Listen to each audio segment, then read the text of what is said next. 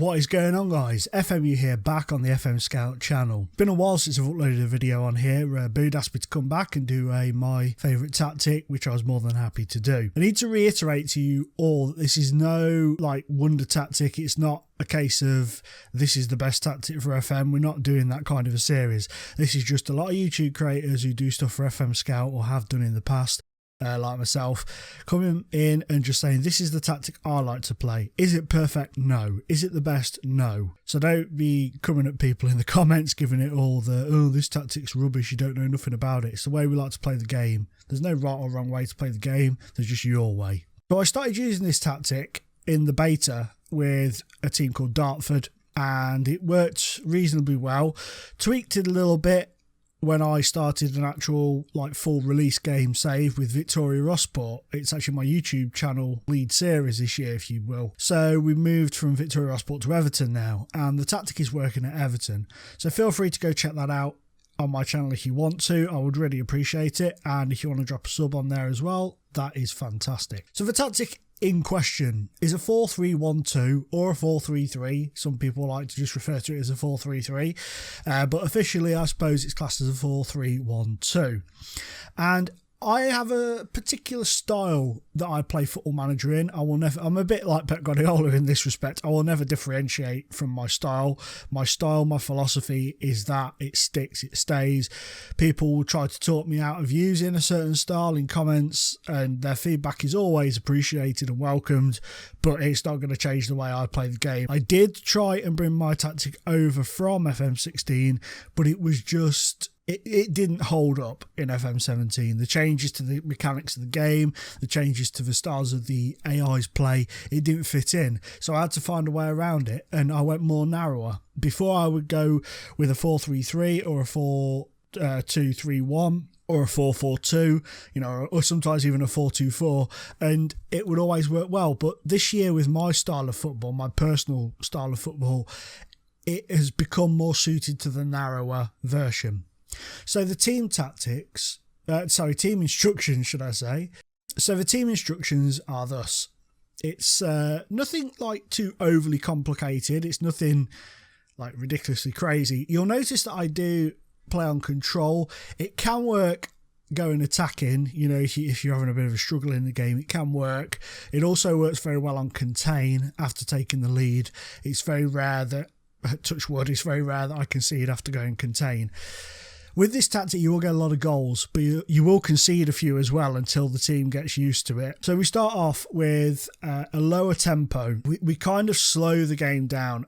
Teams are coming at us thick and fast. They want to get the ball, they want to move it around quick, they want to get in there quick. We, first of all, tend to frustrate the opposition by slowing it down. We take it to a much lower tempo. We kind of dictate the tempo of the game. I mean, we do have prevent short goalkeeper distribution on, and we do have closing down more on. It's strange. We don't seem to have to mess around with the defensive side of things too much to get them to be on it. It's almost as if they're for once they actually listen to the little tweaks in the system and be like, okay, that's what he wants me to do, that's what I'll do. Of course, sometimes it fails. There was a game recently against Liverpool where they just seem to forget that they need to close players down, they need to tackle, they just seem to switch off and forget that. It does happen every now and again. It's Football Manager, for God's sake, it's gonna. Time wasting fairly rare. The width is narrow. We're playing a narrow formation, so it would be silly and counterproductive to play a narrow formation and then go stupidly wide. It would spread the players out ridiculously, and it would cause you no end of trouble. Defensive line is normal. That's working for me. I have tweaked it before. If I've noticed that teams are playing a ridiculously long ball game and they're getting them behind, I will drop them a bit deeper in the match just to sort of counteract that. But it does, normal tends to work. It's sufficient for me. It works fine for me. We've already gone through closing down, which is more, and prevent short goalkeeper distribution. This just basically cuts out. When I played Manchester City, it really did help cut out the goalkeeper, who on this save is Ter Stegen, playing out from the back. He was panicking and just kicking the ball quite quickly and throwing the ball quite quickly, and it really helped us out. We actually picked up a win in that match. Then we go to the build-up play. I play out of defence because this is just the way I like to play. I've been brought up watching passing football, watching neat build-up play, and it's just the way I like to do things.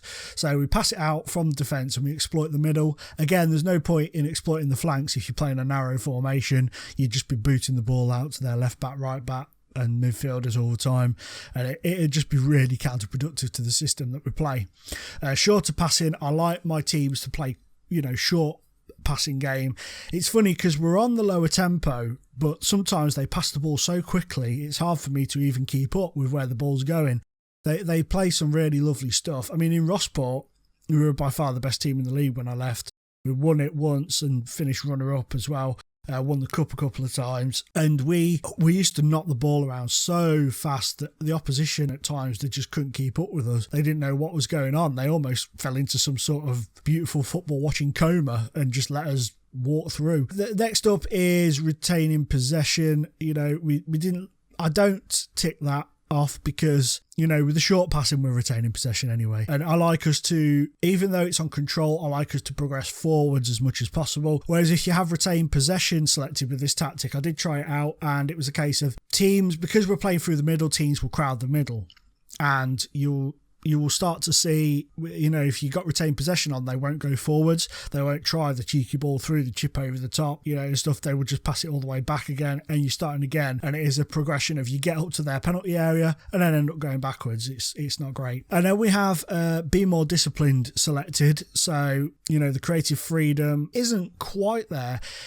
I do have be more disciplined selected, but the players do tend to kind of express themselves a bit more than what they should do with being more disciplined selected. We do have a lot more kind of freedom, but in a disciplined way. That doesn't make much sense, I know, but I know what I mean.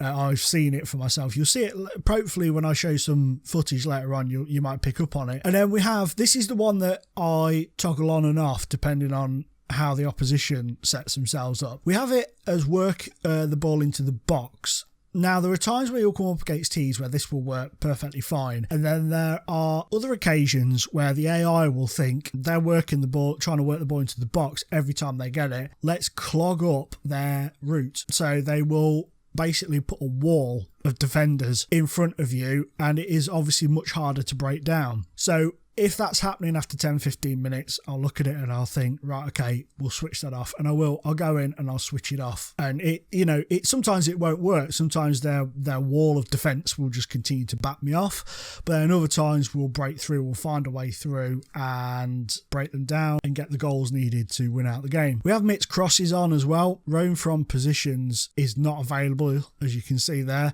If you select it, it takes off all sorts. So we just have be more disciplined, because obviously if you had be more disciplined ticked and roam from positions ticked, it would be counterproductive to what you're trying to do with the be more disciplined, and vice versa with the roam from positions. It would confuse the players no end.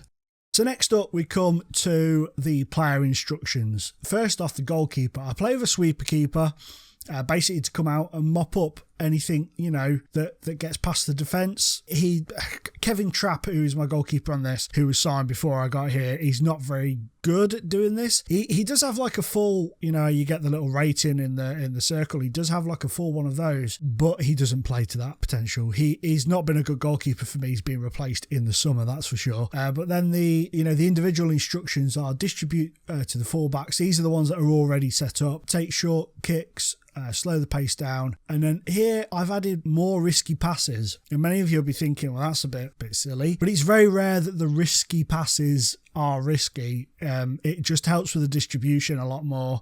You may find your goalkeeper isn't quite so good at it if you do try to use this system, so you can take that off and see how he works with that. Then we're on to the wing backs. Both wing backs, of course, are exactly the same. They're support wing backs, and their instructions are the standard ones, which is shoot less often, close down more, tackle harder, more risky passes, sit narrower, and run with the ball. And then I have got get further forward. And now this is where kind of deviation begins from the be more disciplined, because with that instruction to the two wing backs, when the ball is in this sort of area being passed around and they've got a bit of a blockage going on there and they can't get through, these bad boys will overlap, just suddenly appear on the outside. The defence is more than often so concerned on these guys and these guys in the middle that these guys can slip around the outside and get a ball in and exploit the flank, even though we're not doing it. It's a way around. It's kind of a little loophole in the tactic that I like to exploit. Next up are the two central defenders. One of them, the right-sided one, is a ball-playing defender. The left-sided one is just a central defender, both obviously set to defend. So the central defender on the left-hand side, he's got his two usual instructions, which are close down less and tackle harder. And then we've got shoot less often, dribble less, fewer risky passes, and hold position. Because we want the central defender to hold his position at the back. So we've always got him and the sweeper keeper to mop up any long balls and whatever. Because like I say, the wing-backs may have moved forwards a little bit. So we've always got them there, kind of covering the back and mopping up anything that comes towards us. Sometimes you may think you're going to get caught out on a counter attack, but the players tend to get back in time to help out and stuff. But also, the ball playing defender does hold his position as well. Sometimes he tends to move out with the ball a little bit, to play it off to the midfield guys. So sometimes he will be a bit further forward, which is why it's key to have a sweeper keeper and of course have the other defender also holding his position. So the ball playing defender is show less often, shoot less often, dribble less, close down less, tackle harder, more risky passes, and hold position again. And like I say, he's set to defend, but he will come forward sometimes in possession of the ball to be able to pick the better passes. So onto the midfield. We've got midfield support, central midfielder. He doesn't have any further instruction other than close down more and tackle harder. The same goes for the guy on the right side, who's also a central midfield support. And then we have central midfield defender, defend should I say. His are the usual: shoot less often, tackle harder, mark tighter, more risky passes. He also holds his position and he closes down more. So he kind of acts as a bit of a shield. He's kind of like an anchor man, but not, if you know what I mean. The anchor man would normally sit around about here. He basically mops up anything. He's kind of like there to block anything getting through to the defence so that they can have an easy life, really. He's there to try and make their life a bit easier. And he does obviously stick around this position, but he will drop back and close down players. If a player's coming through the middle, you will see him drop back into the position to try and wipe him out. Then we move on to the shadow striker attack. So his is tackle harder because he's there to basically stop them getting forwards. For one, he's one of the linchpins of the attack. He's there to win the ball back as well as have a pop himself. He will dribble more risky passes, get further forward and move into the channels. So he offers a more of a free roll option. We don't have roam free and all that sort of stuff selected, but he will work this area. He will work this little square area here, but he will also pop over there and give the wing backs an opportunity, because he will pop up here and he will be there. Say a midfielder pings the ball to him, but there's a few defenders there. The wing back will support him there. He can knock it back, swing across in. It works really, really well for me. It's been a fantastic addition to it. I didn't used to do move into the channels and he was kind of stagnated in the middle. I added it and he kind of started pinging out left and right, and I was like, he is offering us so much more now. If we can't get through the middle, we have that extra option out wide now, and it's worked really, really well. And then here we have a poacher. This is also set to attack. He's tackle harder, move to channels, fewer risky passes and get further forward. Poachers do what poachers do. They poach, they score goals. And these two work really, really well together. The other one is an advance forward on attack. He shoot less often, tackle harder, dribble more, get further forward and move into channels. And they just work really well. You tend to find it's the advance forward who gets most of the goals, but the poacher also does what it says on the tin. He poaches what is left and mops up and gets quite a few goals.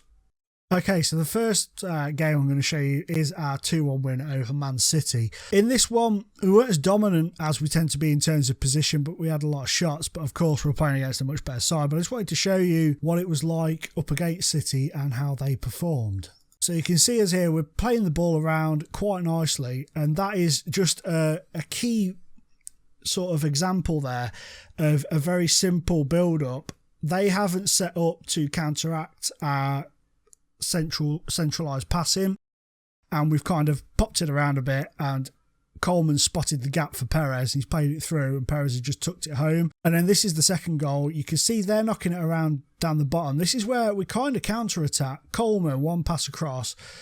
Boney collects it, and then it's a beautiful ball through. Canales, who's the shadow striker moving into a channel there, gets in and slots home to make it 2-1 to us. So a bit of a counter-attack goal there. Next up is a 2-1 win over Leicester. So you can see here we dominated. This is what you tend to get when you play the massive clubs. You don't quite get it as much, but you'll see here 22 shots, 8 on target, 12 off target, clear-cut chances a couple, but possession 62%. Sometimes I've seen it go as high as 77. I really have. I've had a game where I've been 77% possession, so that's the kind of football I like to play. So if we have a look at the goals in this one against Leicester, and then we'll wrap it up. Okay, so the first one comes from a free kick. You'll see we don't go straight into the area. We draw Leicester out a little bit. We do actually lose the ball there to Jamie Vardy. So it's kind of a bit of a wasted tactic from the free kick there. But you'll see in a moment when we win the ball back. Here's McCarthy. You'll see the passing coming into play now. The three midfielders knocking around well. Tried to get it out to the guy running into the channel, but he didn't work. But you see the wing back there, Coleman, or the right back Coleman, moving out wide.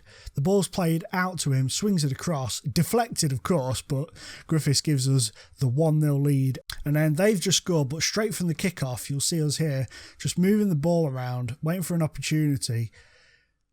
A beautiful ball over the top of Marietta, pinged on, and then there's the poacher with the finish. A fantastic little effort.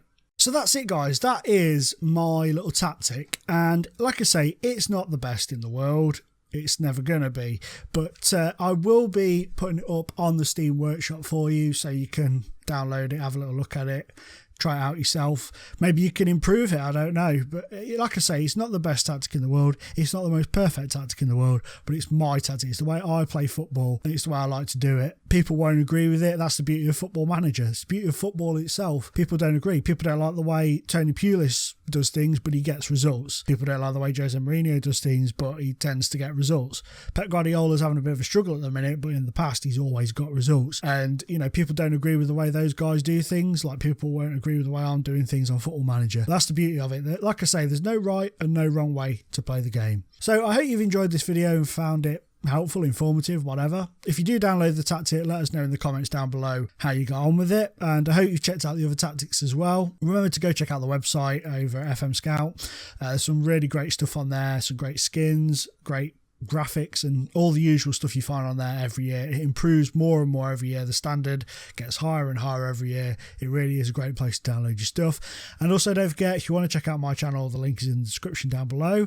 And guys, that's it for me. Thanks for watching, and I'll catch you next time. Bye bye.